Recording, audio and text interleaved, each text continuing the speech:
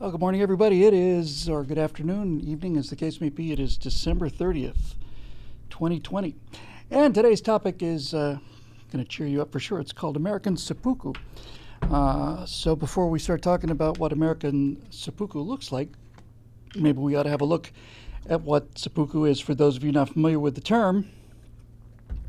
Seppuku is a form of Japanese ritual suicide. It's often sometimes called harakiri, which has been bastardized into harikari. But basically, I just thought I'd read the first paragraph out of Wikipedia so we can see some modern areas where these two rituals become virtually indistinguishable.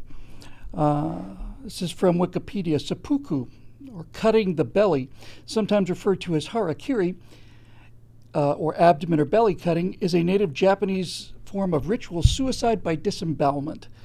It was originally reserved for samurai and their code of honor, but was also practiced by other Japanese people during the Showa period, particularly officers near the end of World War II, to restore honors for themselves or their families. As a samurai practice, seppuku was used voluntarily by samurai to die with honor, rather than to fall in the hands of their enemies and likely be tortured, as a form of capital punishment for samurai who'd committed serious offenses or performed because they had brought shame to themselves. The ceremonial disembowelment, which is usually part of a more elaborate ritual and performed in front of spectators, consists of plunging a short blade, traditionally a tanto, into the belly and drawing the blade from left to right, slicing the belly open. If the cut is deep enough, it can sever the descending aorta, causing rapid blood loss and death. That sounds pretty Japanese for you, at least 20th century Japanese. What's this got to do with us? I was just perusing, just looking at fundamental stuff on the internet, on gaming, and I saw that a company had made a reference. They didn't make a reference to transphobia. They made a reference to a hashtag that had been used by transphobia. Kind of like, how's that for this kind of hashtag? And immediately, the American Seppuku ritual began. Once it became clear that they'd upset the trans right activists, the company in question did what every other company in question has done during the last 5 years, 10 years, and they began their ritual. And the thing about this isn't just suicide, and it's not just an apology. To understand the practice of American seppuku today, the practice of the apologize, the belly cutting in order to restore honor and to put an end to the torture of your family by having brought shame upon yourself. The whole idea of it being a ceremony is a really important thing to understand. American seppuku looks like this. You make an offhanded comment that is just simply a joke or a reference or something. You're not even aware you said anything offensive. But somebody finds it offensive, and that means it's time to get out the short blades. So you spread out a nice white piece of linen on the ground, and you make sure that everybody is watching, and you ceremoniously kneel, and you begin to express your apologies to the emperor for the sin of bringing dishonor upon yourself by having committed this grievous sin of having offended the woke mob. And basically the apology goes something like this. The ritual, I should say, the ceremony is an even better word. American seppuku ceremony goes something like this. While we never intended to hurt anyone's feelings with our tweet, we've now come to realize that this was a gross error on our parts. First of all, we'd like to sincerely apologize to anyone who might have been offended by anything we said. Secondly, we realized, and this is the part where the knife starts to cut sideways. Secondly, we realized we've got a lot of work to do. We didn't realize just how completely oblivious we were to the harm caused by these kind of comments towards the trans community or the black community or the feminist community, whatever community has been offended. And we promise that in the future, we will make every effort to make sure that we not only do not commit these kind of actions anymore, but that inclusion and diversity will be foremost among our corporate goals going forward. We sincerely, again, apologize for this transaction on our part, and we hope that you can forgive us as we move forward. We've also made a large donation to Black Lives Matter, or whatever the case may be, just as a form of just as a sort of a tangible form of our sincere regret about this horrible transaction. But as I said in the beginning of my statement, we have a lot of work to do. That's American Seppuku. That's what it looks like, and that's the ceremony. It's very similar pretty much every time. And there's so much repulsive and repugnant about this. There's so much disgraceful and dishonest and disgusting about it. But to me, the thing that is most repellent about this is the ceremonial aspect of it. The fact that everything has to be laid in place. There's one of there's something astonishingly beautiful about Japanese culture and its respect for aesthetics and ceremony, order, all of that. It can be extremely beautiful. But in this case, in the case of seppuku, the ceremony is horrific. And it is designed to basically not only cause you to kill yourself by way of an apology, but it's designed to do it in a way that hurts as much as possible. Let me rephrase that, although that's true. The reason seppuku was chosen, it sort of evolved out of Japanese honor and shame culture, was not only that it was a painful death, it was also a painful death that you had to inflict upon yourself. And the act of cutting your stomach open sideways was so not only excruciating, but so counter to every single human, not just human, every single animal instinct that any creature on this earth possessed, required enormous strength of will in order to pull off this ritual apology. And it was the act of watching somebody undergo the excruciating pain of dragging this knife through their guts that meant that they were genuinely sorry. That's how you could tell. They didn't mess around back then, you know. If you wanted to make an apology, if you did something wrong, you didn't just get to go run around with your hair on fire. I'm so sorry. Over. No. That's not an apology. That's just suicide. That's just getting out of it cheap. The way the Japanese saw it was, you are going to have to publicly, and this is a really important part of it, there had to be at least a witness, and usually as many as possible, and usually as high-ranking as possible. There had to be witnesses, had to be done in a certain order, and there was always a second standing behind you with a katana ready to go. And if you faltered in your willpower, he'd slice your head off, and most of the shame reduction would disappear because you didn't have the guts to go through with it, if you'll pardon the expression. So if you think that's a little dramatic, think about what the ritual suicide, the ritual disembowelment of any person or company that has transgressed the woke mob. You tell me how it's any different. It's not. It's the exact same procedure, and it's done for the exact same reasons, and it's done for the exact same motives. When somebody commits an offense against the woke mob, and the woke mob is coming to take away your business, cancel your game, cancel you, cancel everything, just get rid of it, disappear you. When they come for you, you have, as an American business, well, some American businesses have a different choice, but we'll take the one that most businesses are taking. Now we've done it. There was nothing homophobic, transphobic about whatever the tweet was in the first place, but even if there was in a free country, that's just the way you can talk in a free country. I remember what that was like, and I still know what it's like because I keep doing it. And the reason I keep saying what's on my mind is because I don't work for them, I work for you. But that's a different story. So when a company has committed some sort of accidental transgression, and think about that too for a minute, by the way. Just think about that too for a minute in this climate of fear that we live in now in America.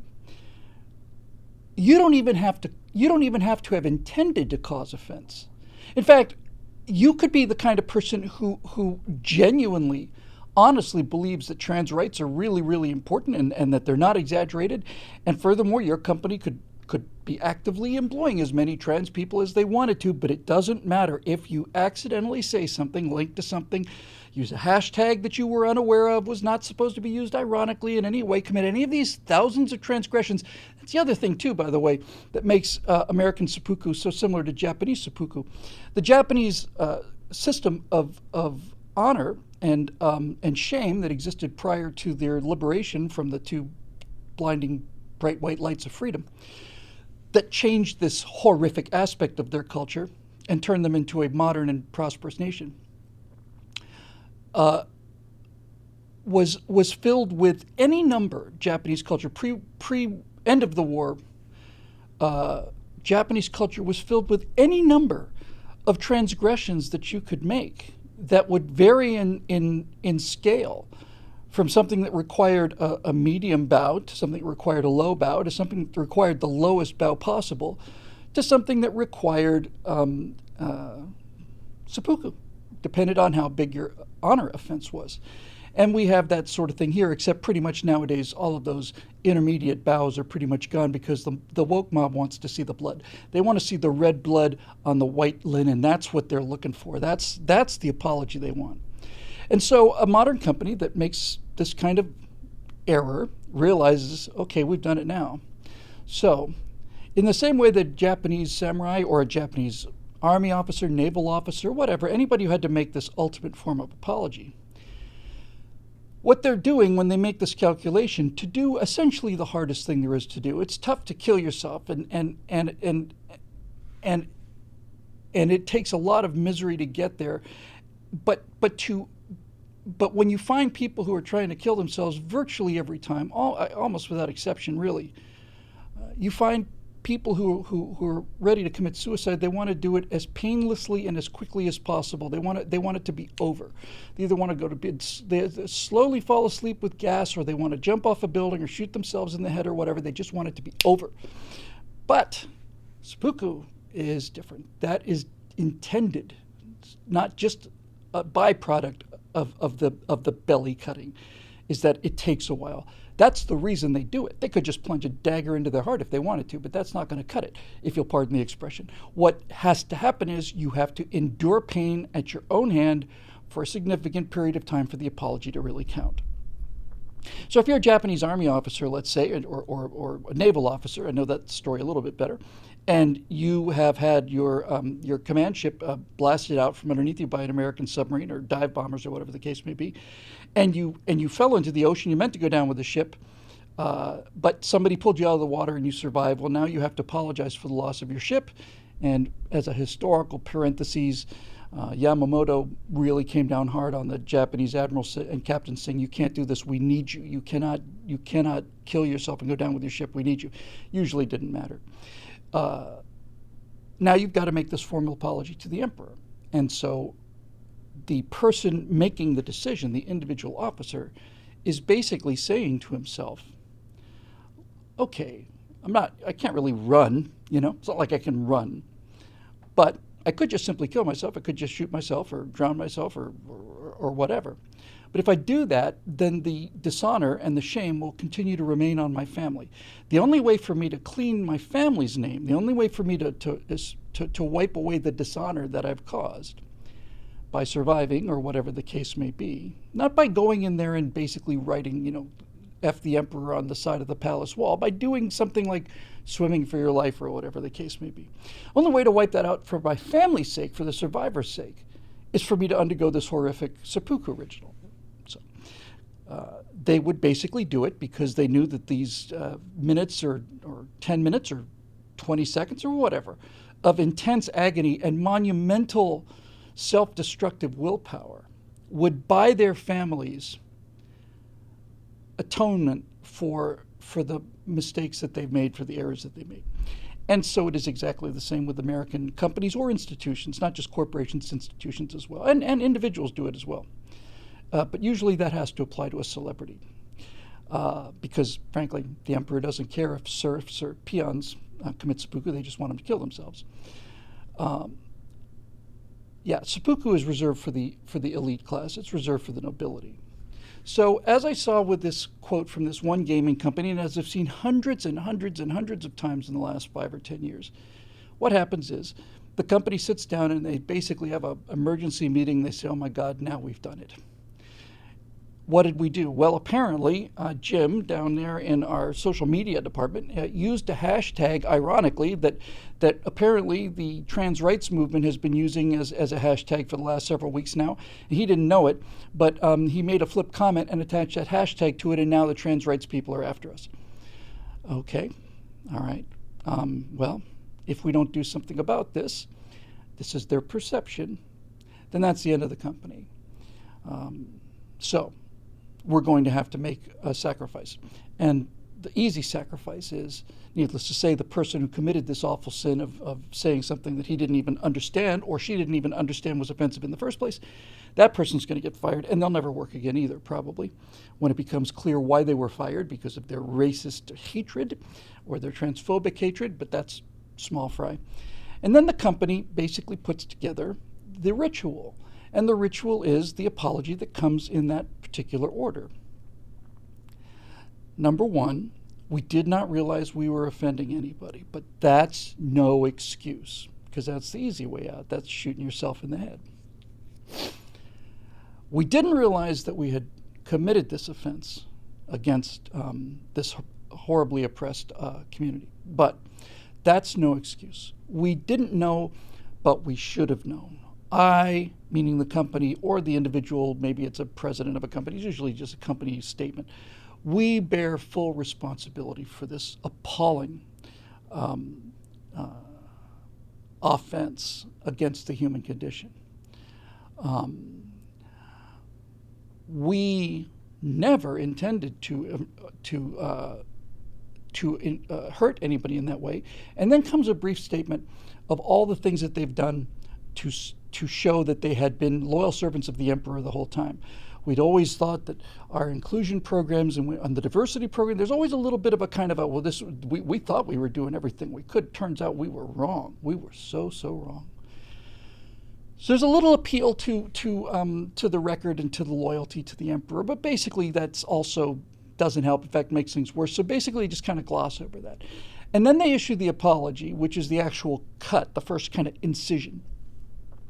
And that's the, we are terribly sorry for any offense that we may have inflicted upon these most vulnerable members of our society. That's the actual, but the cut, the part that's the hardest. You got a knife in your guts now. Now the part that's actually drawing this razor sharp blade across your entire abdomen. That's the part that makes me think about seppuku the most, because that's the part where it gets into, we've obviously got a long way to go. We never realized just how racist we were. We never realized how deep the homophobia and the hateful discrimination that this tweet has revealed. We never realized how deep it ran. And it's not only our responsibility, but it's our duty. It's not only our obligation because of this horrible shame that we've caused, but it's our moral duty to really examine this company and take it apart completely. Look at our hiring practices and wonder why there aren't more fill-in-the-blank people on our board of directors. And we make a commitment to do this now. We have set up a special committee to make sure that we hire as many transgendered people as we can possibly find in order to make up for this terrible moral failing on our part. And those procedures are underway now, but none of this excuses what we've done. There is no excuse for what we've done. All we can do is humbly apologize and ask for your forgiveness and give us a chance to atone for this going forward. And thank you to the trans community or the black community or whichever community, the Latino community, whatever community. Every time you hear the word community, you know who you're dealing with. We would like to apologize again for them. And here comes the final one. Here comes the last one. And we'd like to thank them for pointing out to us just how mired in racism and hatred we are, no matter whether we realized it or not. And the red blossoms out on the white linen, and the woke mob looks at this the same way as the emperor does. Okay, apology accepted. They're gone. we don't have to deal with them anymore. Yet another person is down, and yet another example for the next time that somebody says something that may be displeasing to the ears of the emperor or whoever the case may be. It is not only the most un-American thing I've heard, it's the most inhuman thing I've heard. It is so unbelievably shameful. It is so shameful to me. Not a supposed transgression, but this ritual of apology for something that you never intended in the first place. And by the way, what this really means is that the seppuku is predicated upon the fact that every single thing that you say, think, and do from this point forward, what do I mean? I'm sorry, I said from this point forward in my life. I made a tremendous error there. Please forgive me while I slice my belly open here. Any error in judgment that you may have made at any point in your life, doesn't matter if you were a 15-year-old kid, doesn't matter if you were a drunk college kid and you got into blackface in the 1970s because people did that and they didn't get all hysterical about it back then. And if you did that, then that's something you're going to have to atone for too. So it's not just a question of going forward. Anything you may have done during the course of your entire existence is now up for intense scrutiny by the most neurotic, the most psychotic, the most sociopathic, the most angry, unstable, lunatic fringe that has ever walked the face of the earth. And I can say that with some confidence because people this crazy have not been able to survive in cultures that have not been this affluent. People this crazy are usually put into institutions or sent out into camps to work. That's what usually happens when you're dealing with people as neurotic and as nuts and as easily offended as these interest groups are. But no. And so it continues and continues, accelerates, gets more and more elaborate. Back in the olden days, I can remember the olden days of Hugh Grant and Lance Armstrong and ancient history. There was an appeal that could be made to the Earth Goddess. And if your appeal was heard, then the Earth Goddess would grant you an audience, and Oprah would have you come on the show. And then Oprah would do what Oprah really was built to do, and that is to stare at you with open-mouthed astonishment that a human being could be as low as you are. How could you possibly have referenced a hashtag that is used by the trans community to express their constant ongoing struggle that they have to face every day? I mean, what could drive a person to that? And since your audience has been granted, the conclusion was foregone, obviously. Oprah, I'd love to tell you I didn't know what I was doing, but the fact of the matter is, I did know. I did know I was doing something terribly, terribly wrong, and that's why I'm on the show, because I wanted people to know how awful it was and how selfish it was for me to have spoken my mind without fear of the consequences, and I just wanted everybody to know that if you let me live, if you let me have my career back, then I will never, ever, ever do it again. I am so deeply sorry. Then the judgment would come, and usually came down to, if you started crying, she'd probably give you the benediction. She'd absolve you of your sins. She would say, well, I have to tell you I was very disappointed, but it seems to me that it's finally become clear to you, this horrible sin that you if I only knew. If I only knew in advance. And then you get the benediction, and 6 months later you can slowly begin to rebuild your career. It'll never be the same as what it was. You can ask Hugh Grant about that, or any of the other people that have had to go on to the apology circuit. But it is the actual demand for it alone is appalling and disgusting. But nothing comes close to watching the shock, revulsion, disgust that I feel towards anybody that's willing to go through this ritual. It's just appalling to me. And I've seen a number of people that I respect do this, and this isn't going to mean much to many of you, but I'm going to chuck it out there anyway. But of all the people that have done the apology circuit, the one that was most surprising to me And the one that hurt me the most was Norm Mcdonald, who I always admired as one of the funniest guys alive. And one of the things I admired most about him was his absolute not giving a damn about what anybody said about what he had to say. And Norm made some kind of comment, I think it was just a few months ago, and sure enough, he started doing the apology circuit. I don't blame him, but it wasn't easy to watch, especially from him. It was hard to watch from him. Which brings us to the larger issue, really, and that is why? Why do we do this as a culture? Why do sane, sensible people who never intended to offend anybody, and they have the perfect right to do so nevertheless, why do they do this? Why do American companies do this? Why do politicians do it? Why do celebrities do it? Why does anybody who gets called out, with astonishingly few exceptions, why do they do it? Let me spend 1 minute on the exceptions. In the rare case where somebody is called out to lay out the white linen and cut the belly, and they refuse, it's not only not the end of their career. Their sales usually are multiplied by a factor of 7. Was it Goya beans? I don't remember the name. I think that was it. Got called out by Alexandria Ocasio-Cortez for some violation of woke code, and they basically said you can pound sand, and the next thing you know, they're billionaires.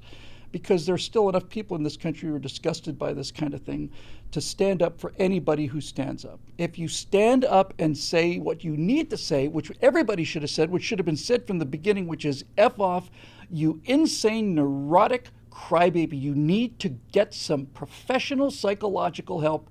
If every single thing out there offends you, then you are mentally ill. And if you think I'm going to run my life based on what the most sick, insane people out there are watching me to say, you are out of your effing mind, go to hell. Is there anything else I can add to clarify that? That should have been the attitude of every single person from the beginning, every single offense. That's exactly, precisely what the American attitude to this kind of seppuku should have been, but that's not what happened. We've taken it into our culture the same way as everything else. Now, before I go on about the underlying cause of this, I do want to make one thing perfectly clear here. This applies to people, and this entire ritual applies to things that were done either unintentionally, lightheartedly, or with a full awareness of the fact that, yeah, I'm just going to troll somebody, it's just going to piss them off, so I'm going to do it because I feel like it, because I'm an American, I can say whatever I want to. This is different than a genuine apology. I want to be as clear about this as I can be, because this is an important distinction. I have occasionally had to issue a genuine apology to somebody. And a genuine apology doesn't look anything like seppuku. But a genuine apology is not just, hey, sorry about that. A genuine apology, if you've done something wrong, if you've actually made a mistake, or you've done some damage to somebody that either you didn't intend to do or you now regret.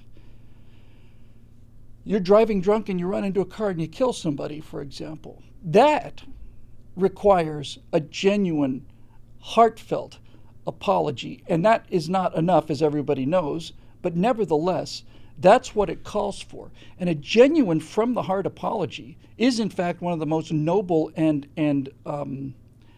righteous and what's the word I'm looking for? It's just an ennobling thing to do. Not everyone is capable of it. A genuine apology for when you've done harm that you either did not intend to do, or that you should have known and you didn't know. Something that's your fault, in other words. Something that you're responsible for. That's a completely different story. I'm not talking about that. That kind of thing is something to be admired. That's a sign of somebody with a great deal of character, not somebody with no character, which is what the seppuku situation is. So with that said, why? Why? Well, I think the answer is what I've thought for the longest time, and that is simply this. Because of the magnifying effect of social proof that has come with social media, I believe that this entire culture, with astonishingly few exceptions, is suffering from Stockholm Syndrome. Now, most people know what Stockholm Syndrome is. I'll explain it briefly. But a lot of people misunderstand Stockholm Syndrome. They misunderstand Stockholm Syndrome in the same way that many people misunderstand the Constitution. Many people, if you ask them, will tell you that the Constitution grants you the right to free speech. It does no such thing. The Constitution says that the right to free speech is inherent in you at birth, and the government shall not infringe upon it. So in the same way, most people don't really understand what Stockholm Syndrome is. Stockholm Syndrome is a psychological condition, came as a result of a study done during a bank robbery in Stockholm, Sweden. So now you can make the connection if you've got a top-rate mind. And it was one of those situations where hostages were held for a relatively significant length of time. And what the people who studied the reaction of the hostages discovered, the psychologists discovered, this has been seen many, many, many times since then and happened before then, we just didn't have a name for it. What they found was that the people who were being held hostage identified with the people that were taking them hostage. They were on their side. Now, the part of Stockholm Syndrome that most people don't get is that most people think, okay, so I'm in a bank or something, and there's 12 of us or 30 of us, and every hour they're shooting a hostage and dumping the body outside until they get what they want. Most people think Stockholm Syndrome is the desire to be friendly to these people and to get their approval so they don't take you out and shoot you. That's only half the story. The real shock and the real insight into Stockholm Syndrome is that when you hear that these people were identifying with their captors, they're not faking it. That's the thing you need to understand. They're not saying, I'm going to have to be really nice to this guy because if I don't, he kills me. What they're basically saying is at the beginning, I'm going to have to be really nice to this guy because if I don't, he kills me. And then the aspect of their psychology takes over. And whether it's not something they're aware of. They begin to genuinely take the side of the people that have a gun to their head.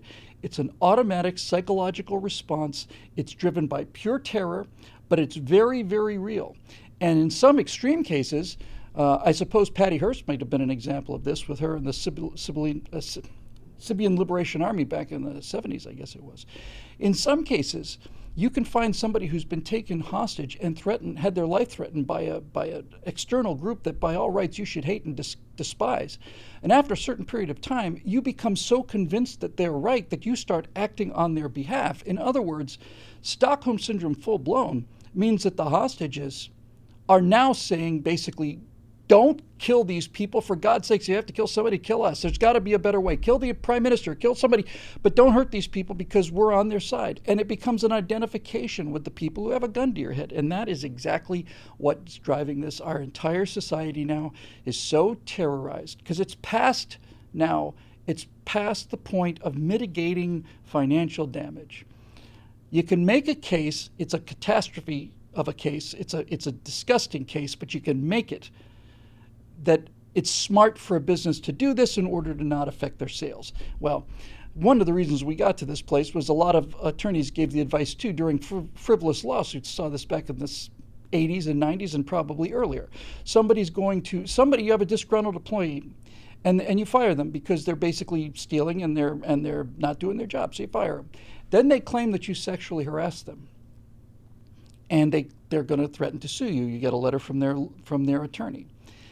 And your response is, not only didn't I do that, but I went out of my way to protect this person and I can prove it. I've got staff that saw the whole thing and so on.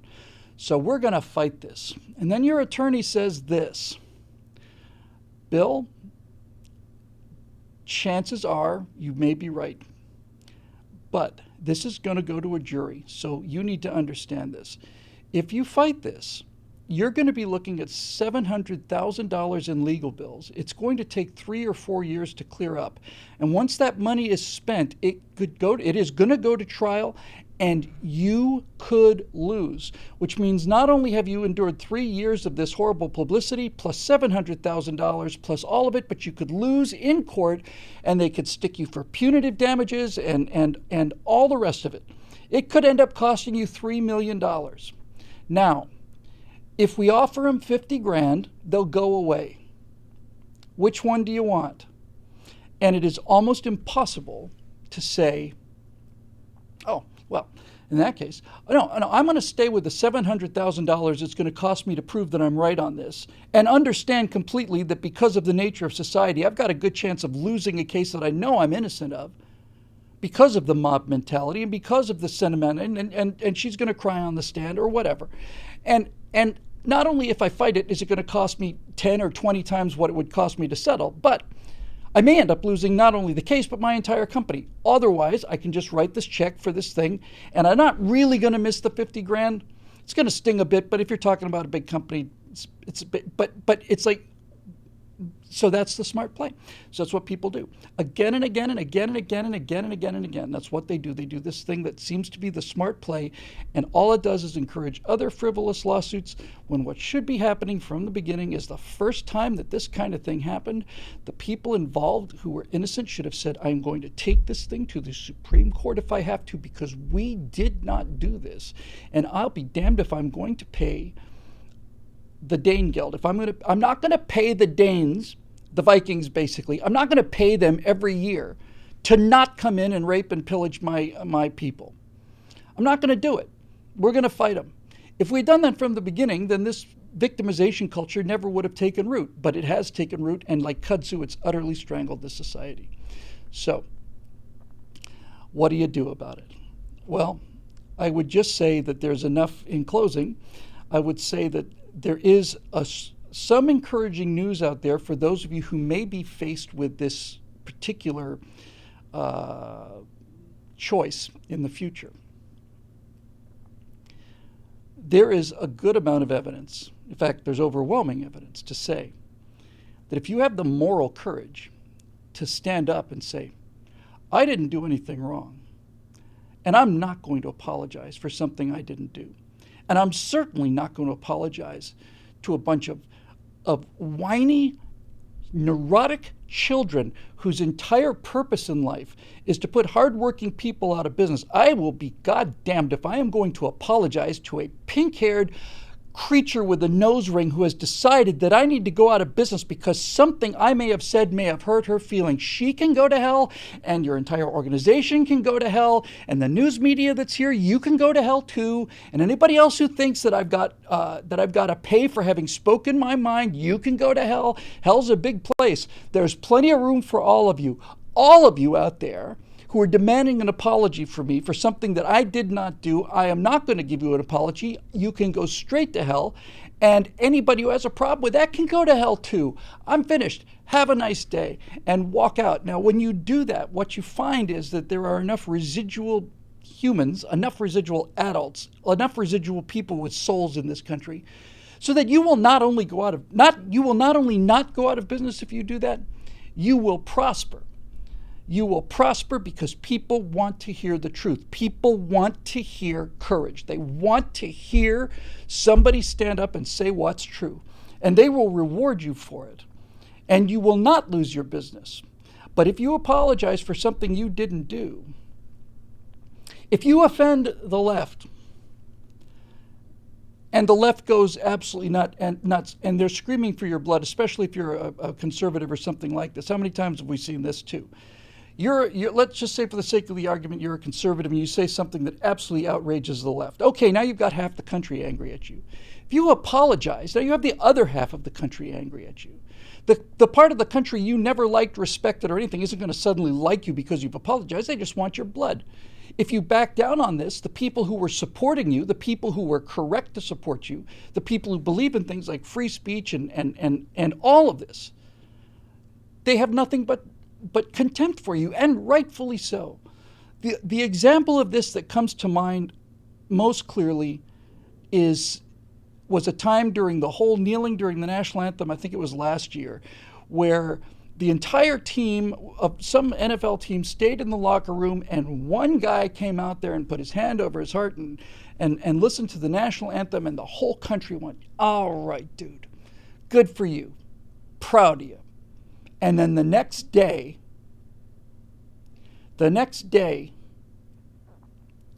he said, I didn't even know my teammates weren't back there. I never would have come out. if I'd known that. I believe that guy was a patriot. I believe that he went out there to do it. I also believe he didn't have any idea what was coming for him.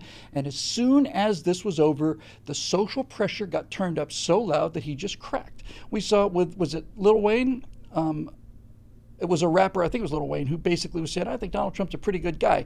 And then his former white girlfriend, Chelsea Handler, calls him and says, hey, I guess I'm going to have to remind you how to be black. And once he made it clear to him that he had transgressed and he'd never be accepted again, all of a sudden Donald Trump ain't S. F Donald Trump. Well, you know what, man? I'll just come out and say it. You're just her bitch. Okay? If you believe something and you say it, and people line up and pressure you, and your former girlfriend is calling you, a black man, a rich white liberal woman is calling you up and telling you how to be black, and you back down to that, and you grovel and you agree with her, and you go back on what you believe, you're just her bitch. You have no respect for me or from anybody else. I'm not going to, pardon the expression, because I know we have a crowd of polite people here, and I don't mean to offend you with the language, but sometimes the emotions just become overpowering. I'm not going to be anybody's bitch about this. If I make a mistake and I do something and I recognize I've done something wrong or harmed somebody through something I should have known or didn't know, I will apologize for them to them. It will be a clean apology. It will not demean my dignity. It will enhance my dignity because it will be heartfelt. But this constant getting down on the mat and begging forgiveness as the blood stains spread over the white linen to appease a mob of people who will never be appeased, who only get more bloodthirsty every time they see blood, I'm not going to be a part of it. Never. I will never, ever be a part of that. I could not face myself. I could not face my wife. I could not face my ancestors. I could not face my creator. I couldn't face anybody if I did that to myself. I have more dignity than that. I have more self-respect than that. That is never going to happen. You are never going to see me apologize for something that I didn't do or for something that I thought didn't deserve an apology. And if more people had this attitude, we'd have a much more American country. We'd have a much more healthy country. We'd have a much happier country. We'd have a much freer country. We'd be moving back to the America that we should be moving to every single day. And this is one of the ways that we can do it. We'll see you tomorrow. That's December 31st, last day of the year, last day of the decade, right here on BillWhittle.com. See you tomorrow.